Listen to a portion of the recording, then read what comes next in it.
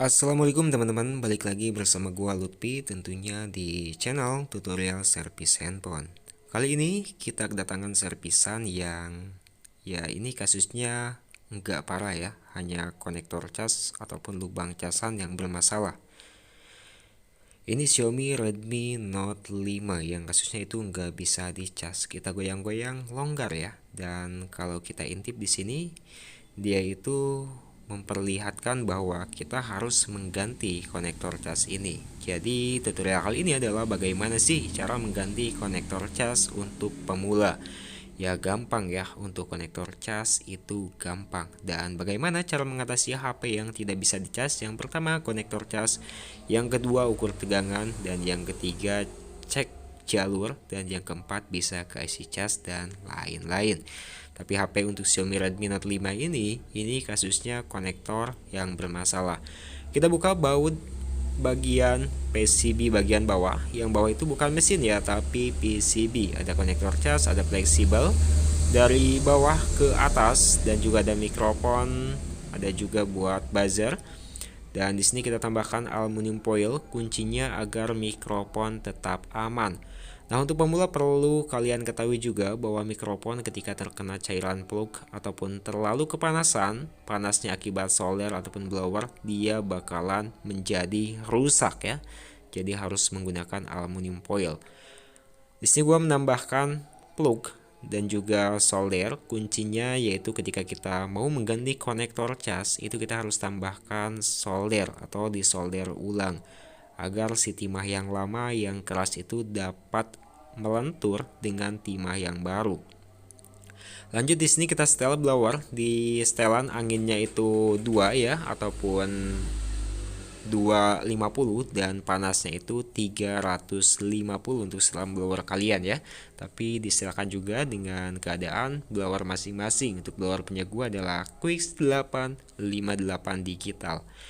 Dengan menggunakan bantuan solder tentunya bakalan lebih efisien dan memudahkan juga dalam proses pencopotan, dan tentunya lebih enak lah ya. Biasanya kan orang kebanyakan itu dia menggunakan pinset dan juga bantuan blower. Kalau gua tutorial ini menggunakan solder dan juga blower, itu lebih nikmat dan juga lebih cepat dan terasa lebih ke efisiennya.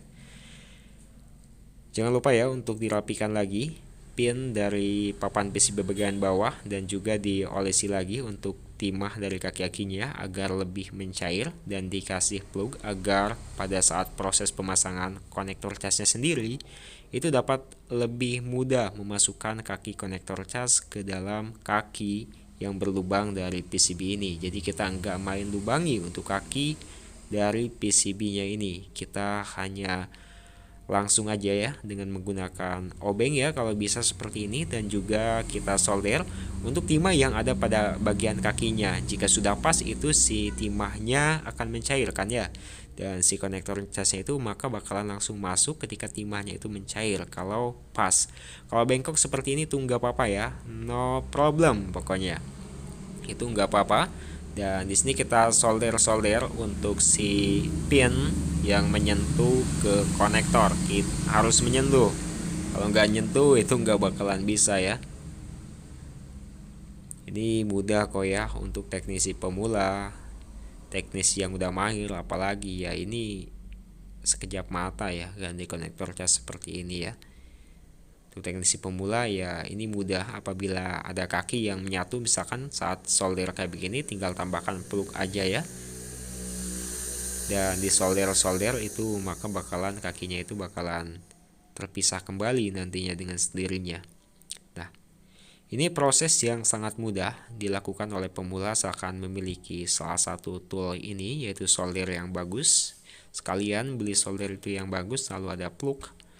Plug kalian bisa gunakan yang 2000-an aja atau yang gocengan ya. Itu udah oke untuk melakukan pergantian konektor cas. Beda lagi dengan pengangkatan IC ataupun rehout dan goyang IC ya, harus menggunakan plug yang bagus, minimal plug Adrian ataupun plug yang mekanik yang berwarna pekat. Nah, di sini sudah ya, kita lepas aluminium foilnya, kita bersihkan. Nah, ketika saat membersihkan kayak begini, jangan terkena mikrofon. Itu dapat menyebabkan kerusakan pada mikrofon ketika mikrofon terkena cairan thinner. Thinner seperti biasa ya, setiap kali gua membuat video, jika ada thinner dalam videonya, maka gua bakal bilang gua menggunakan thinner Impala. Jika kalian ingin menggunakan thinner yang lebih bagus, misalkan bisa menggunakan thinner merek A Special yang lebih mahal, tapi dalam histori kehidupan servisan gua, itu gua menggunakan thinner merek Impala hampir 4 tahun lamanya. Nah, di sini sudah muncul tegangan 5,2 volt dan menghasilkan arus ampernya yaitu hampir 1 ampere. 99 ampere, 0,99 ampere. Itu artinya ya HP ini memang konektornya yang rusak, karena ketika kita lihat juga ketika sebelum kita servis itu konektornya hancur ya pada bagian bawahnya. Jadi dengan cara melakukan pergantian konektor ini sudah bisa dilakukan. Kita tinggal rapikan aja ya untuk semuanya. Wow, Xiaomi Redmi Note 5 mendapatkan pengecasan 1.33 ampere dan itu sangat cepat ya. Dan kadang 1.11 ampere itu sudah cukup sangat cepat untuk pengecasan dengan menggunakan USB fast charging ini. Terima